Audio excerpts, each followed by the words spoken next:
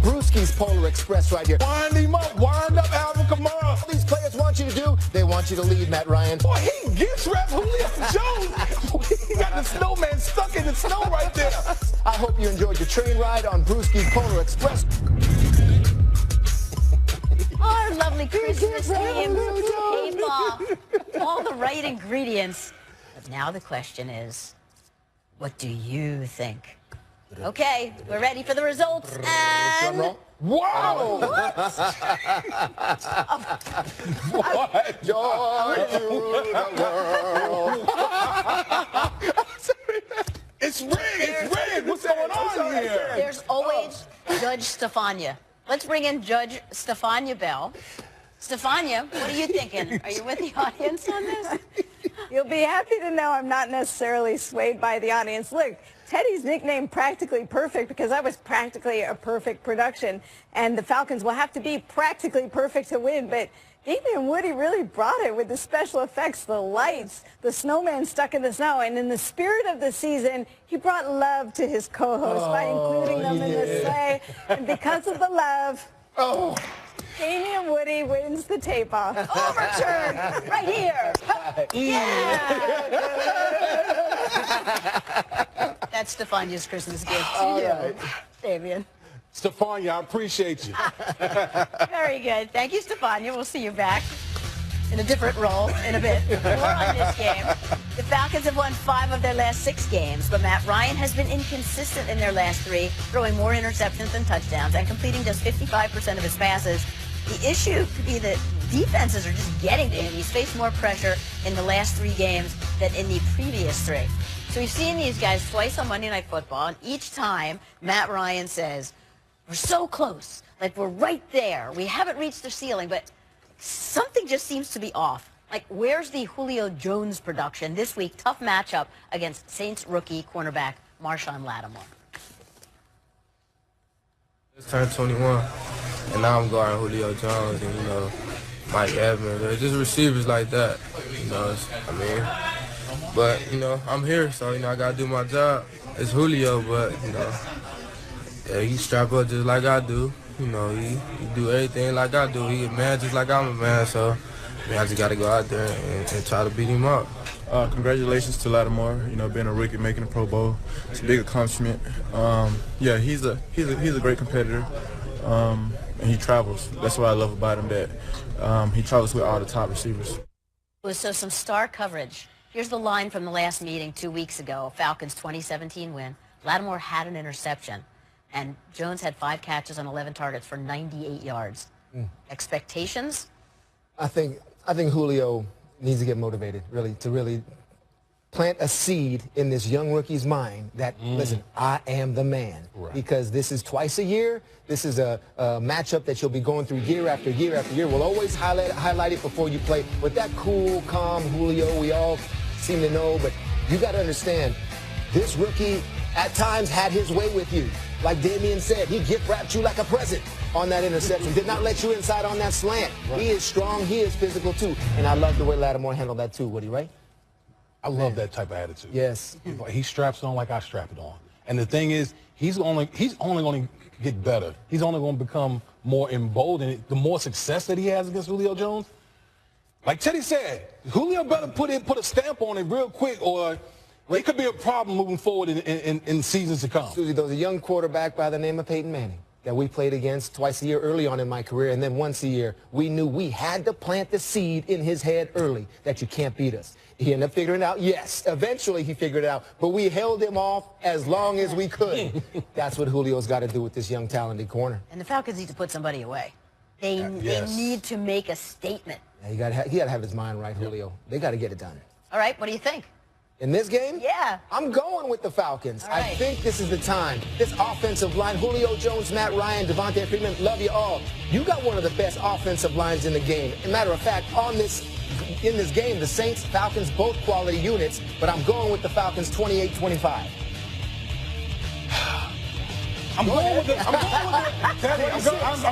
26. Saints. I'm going with the Saints here. Listen, I think, man, I talked about it. I talked about it in tape of my defense. That defense with the Saints, man, they've been crucial this year. I think that's going to be the difference. 28-25.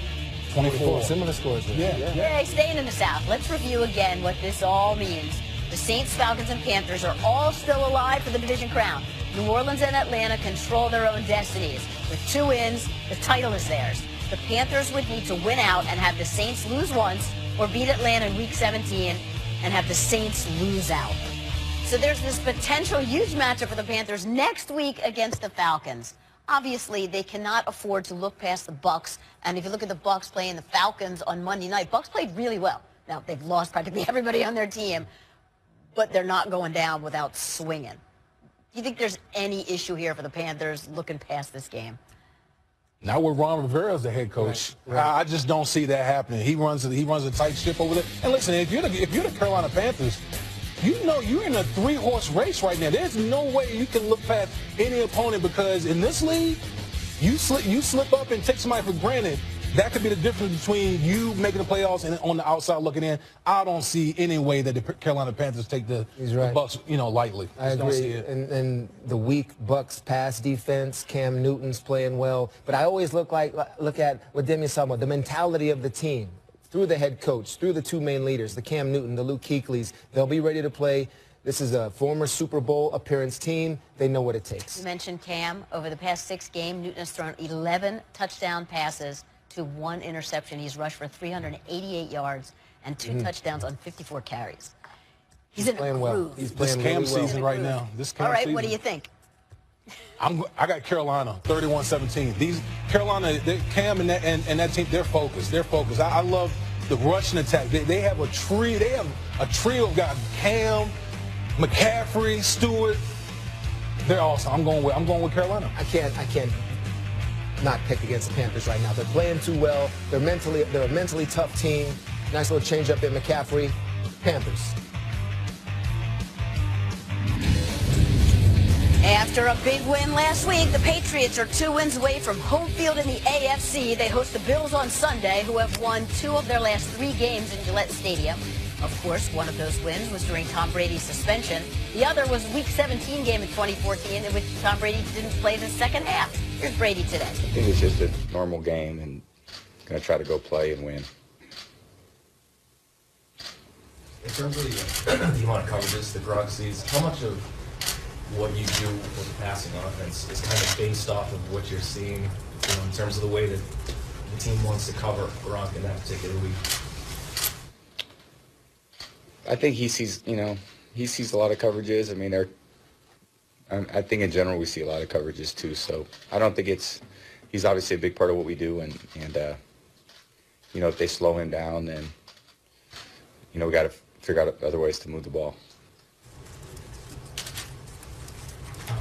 Just on the story with Alex, I mean, has any of that put any strain on your working relationship with Bill? No, I just try to show him to do the right thing and try to win football games. So, I let my, play do the talk, and I try to go out there and try to prepare hard every week, and I put everything into it, and that's where my focus is, and it's not much beyond that. With so many guys on the team seeing Alex, and maybe some of the things that he says isn't going to be the same things that Moses and Jim Whalen and those guys, there might be a little friction there. Are you concerned that Alex having so much influence with the guys might be a distraction for the team? I think you'd have to ask a lot of other people those things, because, I think everyone knows my relationship with Alex, and like I said, I try to just do what works for me, and, everyone needs to do what works for them. So I don't think it's anything more complicated than that. I try to go out there, and the whole goal for me is to go out there and play and help the team win, and I'm do the best I can to do that, and that's kind of what I've always done.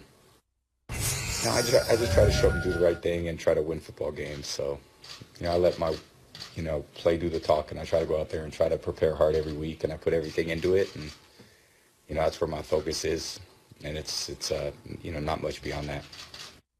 Yeah, I doubt who's training Brady is really a big issue there. I think maybe bigger is they've all admitted that last week's game was really emotional and draining. No team turned things around better than the undefeated team in 2007. How are they so capable of doing that? Well, what Tom's talking about there, how we started off by saying just another game, just something where we just got to play, he's lying.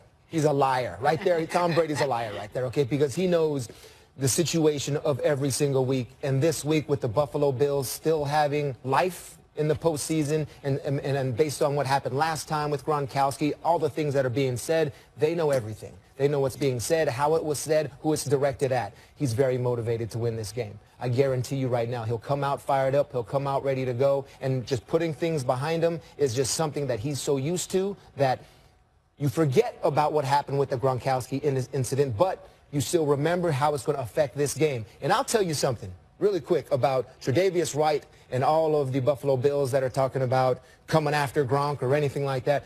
They better be careful what they wish for, because this guy does not care. He does not care who you are. He doesn't care where you've been. He just plays football one way, a very intense individual, will talk trash. I remember a play versus Indianapolis where he blocked the guy all the way into the camera. That's the intensity of Rob Gronkowski. That's who they should expect. So White has, well, first let's say that Gronk has apologized. He's apologized a number of times, but from what I'm hearing, according to White, he hasn't actually apologized personally, behind the scenes. Let's see what White has to say recently. Because we know, we go out there and try to do anything selfish or anything to hurt the team. We can cause ourselves a playoff spot or, cause ourselves one of our main players by going out there and doing something stupid. So we need everybody. It's going to be a total team effort, and we're going to definitely need everybody on the field to beat this team. So we're going to put that on the back burner and just focus on that. In that environment, obviously, saying all the right things. Once you're out on the field, how do you control those emotions? Well, I think the simple fact that if you're the Buffalo Bills, you're relevant for the first time in a long time. Think about that. They haven't been to the playoffs since 1999. When was the last time the Buffalo Bills had a game of this magnitude this late in the season? Week 16, that's been a while. It's been a while. So you can't afford to get caught up in the hoopla. Like, your whole focus, if you want to exact revenge, go win. Go beat New England. That's the best way to exact revenge. All this other stuff, it's just noise. It's just noise. But you can see right there with Tre'Davious White, the one message. And it's kind of like, it's like New England. How from the players, like what the message is. You can tell with Tre'Davious White, this is the message. We're not going to get caught up in, we got to be focused on the game. Yeah, that's a testament to Sean McDermott. That's too. right. How he's handling that locker room and handling that message that's being released into the media. But there's going to be a lot of emotion out there. A lot of emotion. And you talked about the intensity of Gronk. And we saw on the Miami Monday night game how much they missed Gronk on offense. And then last week, that was ridiculous. I mean, Steelers defense, like, come on. He's running free down the middle of the field. But, I mean, this man is tough to stop. Yeah, I've always said with Gronk, he's like the most valuable player, non-QB most valuable player, because he's just an impossible matchup because of his sheer size and speed. I mean, just look, this is just the 2-minute drill right here. You got Gronk just running wide open down the middle of the field. I mean, we're sitting back watching the game, and I'm thinking, Pittsburgh, this guy right here, he's like the Steelers killer. You need to double him. How could you let this guy just run free down the middle of the field time after time? There's like hardly any reroute going on against Gronkowski. He is too big, too athletic, and he literally willed the Patriots this whole drive. I didn't even have to cut plays. Literally, this is the whole 2-minute drill. Crazy. It's one guy, and that's Gronkowski. And then you see right here where he just, people think of, Gronk is, this threat, as far as a receiving threat. Gronk literally just mashes down the whole side of the line. Yeah. And then right here, this just isn't even fair. For a guy his size, 6'6", 265, to be able to just shake down a safety like this, and then just look, I mean, bro, it's the most emotional. If that doesn't get you hyped, I don't know what else will. He literally took over the game. Yeah, that's one of the most emotional I've seen him during that sequence of plays and how he finished that in a long time. All right, so we've established this game could carry quite a bit of emotion and intensity. Before you guys pick it, we do need to point out that last week, Teddy, you went 16 for 16 on your picks. That's not bad, huh? I did, yeah. That's not bad. I was waiting on that Monday nighter. I got it, too. Yeah. All right, Teddy, who do you like in this game? All right, I'm going to go with the Patriots. One thing they're going to have to do schematically. All right, Landon Roberts, linebacker, versus that running game. McCoy, this is going to be big because they're going to try and slow that game down and run that football, so he's going to have to play big. I'm going Patriots, 35-20. And for The same reason that I showed on tape. Gronk. He's just an impossible matchup, and I think he's gonna have more. He's gonna have more to bring to the table. Okay. Up next, we're heading west. Scrambles to his right and throws. Gurley in the flat. Gurley goes in. His 4th touchdown of the day. Gurley going off in Seattle. Coming up, Todd Gurley has jumped into the MVP conversation, coming off a massive day in Seattle. Damian on the secret to his success. Next. Been playing out of this world. The Rams can clinch the NFC West Sunday with a win over the Titans. Todd Gurley needs 183 yards from scrimmage to reach 2,000 on the season. He'd be the 13th player in NFL history to do that and score 20 touchdowns in a season. As we welcome you to the Horizon Film Room. And Damian, I'm just wondering, Gurley's having an out-of-this-world season, but when you watch the tape, can you even see past the offensive line? As a big fella, it's hard for me to see past the offensive line. But listen, Todd Gurley is just a special player. He really, the numbers that he's putting up, he really should be in consideration for MVP of the league. And I want to show you a couple things that make Todd Gurley special. And when we watch this play right here, this is what we call an inside trap play. And right here, you're going to have the guard coming right here, coming out to trap the defensive tackle. Then you have these two guys going up to the linebacker. But what makes it so special is the vision by Todd Gurley. Literally, he's going to take this and break it out the back door. Now, I know my thing is doesn't want to cooperate, but that is vision that you don't really see out of a lot of running backs. To be able to see the picture being murky front side, but making the quick cut to bring it out back, that's one of the aspects that make Todd Gurley special. The second is just pure explosiveness. You're going to have, Teddy, listen, this is as much as the Rams' offensive line as it is Todd Gurley. Literally, you have Andrew Whitworth block kicking his guy out. You have a double team right here. I mean, they are literally taking this three technique defensive tackle on a ride, and then you just have Todd Gurley looking like he's just shot out of a cannon through the hole. And just watch the explosiveness. Literally, he's not even being touched. When you have the ability to just take it to the house at any given time, he is not only a great running back, but he's also great out of the backfield. As you know, as we talked about the total scrimmage yard. This guy right here, Todd Gurley, really should be in the conversation for league MVP. He's been that special of a running back. Last week, 4 touchdowns, 152 yards. He doesn't just lead the NFL in touchdowns. His 17 are way more than anybody else. It's just such a difficult tackle, too, in terms of a linebacker or a safety coming at him. Everybody knows the hurdle move, so he jumps over in the hurdle move, but he has the ability to stiff arm or take his legs away from you as he's still progressing forward. Very hard to do. Moving forward, take his legs out so you can't wrap him up to the left or the right or something like that. He's a magician with his feet. Very tough to tackle. Hurdle you, whatever it takes. Yes. To not leave the Titans totally out of the conversation. They can clinch a playoff spot this week with a win over the Rams, a Ravens loss, and a Bills loss. Who do you like in this game? I'm going to take the Rams. I just think that the struggles will continue for the Titans. This Ogletree kid, I really like playing like him, watching him play linebacker. But it seems like these Rams are so young. What's going on? I don't know. Let's just play football. Right, I like the attitude. I'll go with the Rams. I'm going the same thing. I'm going with the Rams as well. Listen, they don't know what they don't know. And I think, you know, as far as the Tennessee Titans are concerned, something's going on with Marcus Mariota. He's not healthy. He's not playing like the quarterback we've all expected him to be. And Todd Gurley is going to be the difference. So the Rams have clearly been one of the best stories in the NFL this season. And so have the Jags. The Jags can clinch the NFC South this week. Sunday, they'll take on the 49ers in a matchup between two of the NFL's hottest quarterbacks. Jimmy Garoppolo 3-0 as 49er starter, averaging 336 pass yards per game. Blake Bortles has thrown 7 touchdowns, no picks in the last 3 games. If how we're playing and how I'm playing is if that's trash, then I'm fine with being trash. I was always taught and thought that you give praise to the people you're playing when they beat you or when you beat them. But guys are taught and believe different things. So not everybody's the same. They have the right to voice their opinion and do all that. So they can do what they want. Okay, so what he's talking about, if you didn't hear, was how Jadeveon Clowney called him trash after the Jags crushed them last week.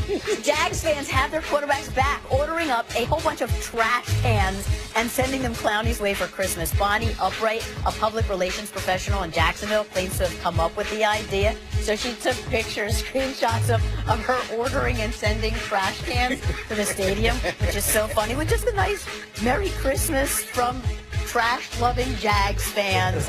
Somebody else said, who sent him a trash can, said, no subtle reminder that the Texans are out of the playoff picture. This is the true meaning of trash talk, right? And if it's December, then of course we're talking about Blake Bortles, who must be one of the best quarterbacks in the NFL, right? Well, from week 13 to week 15, he is playing very well, Susie. And I think you got to give him credit. You got to give him credit for the way he's played the last 3 weeks. Previously, it's not about anything before that's happened. It's about right now, how he's playing, and the statistics tell you right here. 71% completion rate. Weeks 13 through 15, 71% completions. Yes, Blake Bortles. I put a little Santa Christmas wreath action on you too, Blake. Great job. More stats, all right? TD-INT ratio, last 3 weeks, 7 touchdowns, 0 INTs. That is not trash. That is spectacular. He is playing very well right now. The Jacksonville Jaguars should be excited. 89% on completions, 20-plus yards down the field. That gets the Brewski stamp of approval. I'm telling you right now, this is championship football by Blake Bortles in weeks 13 through 15. Let me stress that fact. In the last 3 weeks, that's when it's happening, and you have to acknowledge it. Jadeveon Clowney's wrong. He's been trash in the past, sure, I'll even say that. But lately, this guy has these Jaguars as Super Bowl contenders because that defense is the MVP also. It is his offensive coordinator's job, of course, to back him. But he points out that really, if you look at the whole season, every quarterback's going to have a bad game. It happens to everybody. It happens to Tom Brady. But overall, he has been more efficient and consistent. Well, they need that. Yeah, absolutely. Because when we talk about the Jacksonville Jaguars, it's always been one. This season, it's been one question: the quarterback. They got the defense. They got running backs. They got everything else. It's always been Blake Bortles. Now he's starting to put it together. By the way, he's one of just 4 Jags offensive players who have played every game this season too. So he's tough. He's been available. That's good. That counts too. On the flip side, Doug Marrone with high praise for the quarterback on the other side. Probably one of the.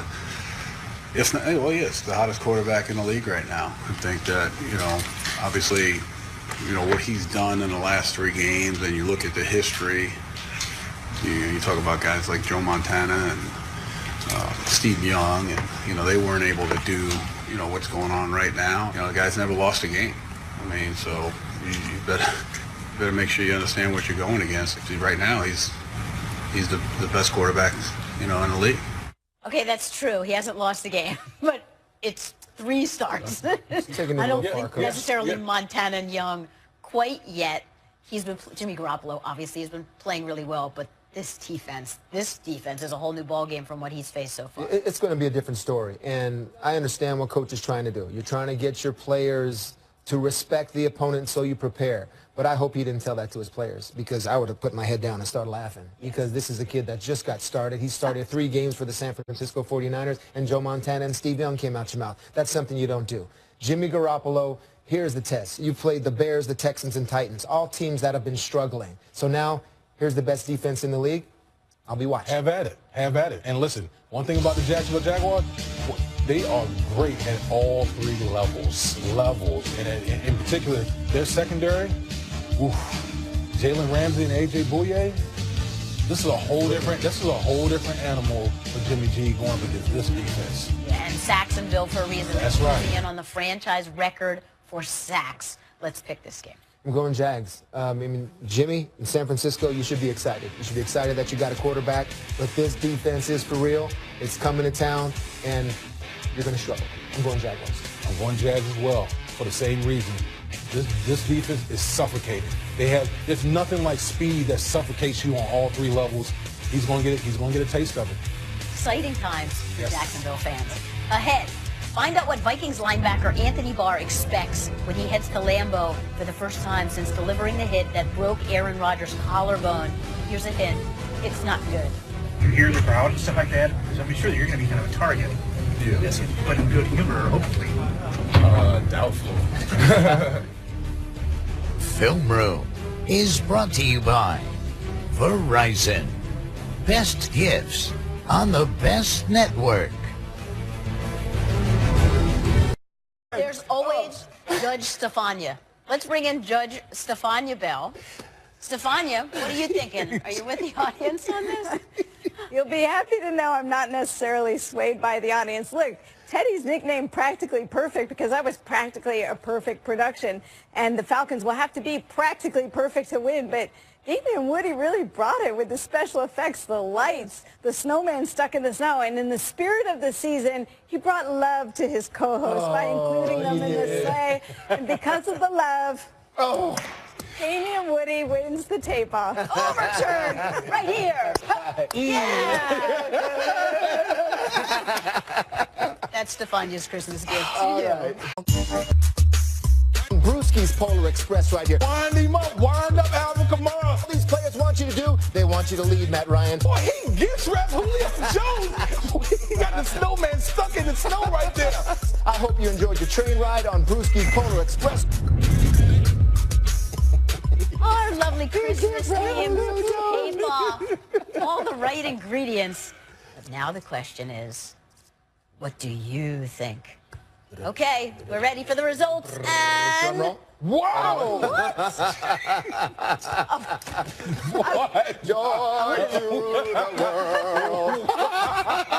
It's rigged! It's rigged! What's going on here? And Jones had 5 catches on 11 targets for 98 yards. Expectations? I think Julio needs to get motivated, to really plant a seed in this young rookie's mind that, listen, I am the man. Right. Because this is twice a year. This is a matchup that you'll be going through year after year after year. We'll always highlight it before you play. With that cool, calm Julio we all seem to know, but you got to understand, this rookie at times had his way with you. Like Damian said, he gift-wrapped you like a present on that interception. Did not let you inside on that slant. Right. He is strong. He is physical, too. And I love the way Lattimore handled that, too, Woody, right? I love that type of attitude. Yes. He straps it on like I strap it on. Just turned 21, and now I'm guarding Julio Jones and, Mike Evans. Just receivers like that, But, I'm here, so, I got to do my job. It's Julio, but, yeah, he strap up just like I do. He do everything like I do. He a man just like I'm a man, so I just got to go out there and try to beat him up. Congratulations to Lattimore, being a rookie, making a Pro Bowl. It's a big accomplishment. Yeah, he's a great competitor, and he travels. That's what I love about him, that he travels with all the top receivers. So some star coverage. Here's the line from the last meeting 2 weeks ago, Falcons 2017 win. Lattimore had an interception. Damian. Stefania, I appreciate you. Very good. Thank you, Stefania. We'll see you back in a different role in a bit. More on this game. The Falcons have won 5 of their last 6 games, but Matt Ryan has been inconsistent in their last 3, throwing more interceptions than touchdowns and completing just 55% of his passes. The issue could be that defenses are just getting to him. He's faced more pressure in the last 3 games than in the previous 3. So we've seen these guys twice on Monday Night Football, and each time Matt Ryan says, we're so close, like we're right there. We haven't reached the ceiling, but something just seems to be off. Like, where's the Julio Jones production this week? Tough matchup against Saints rookie cornerback Marshawn Lattimore.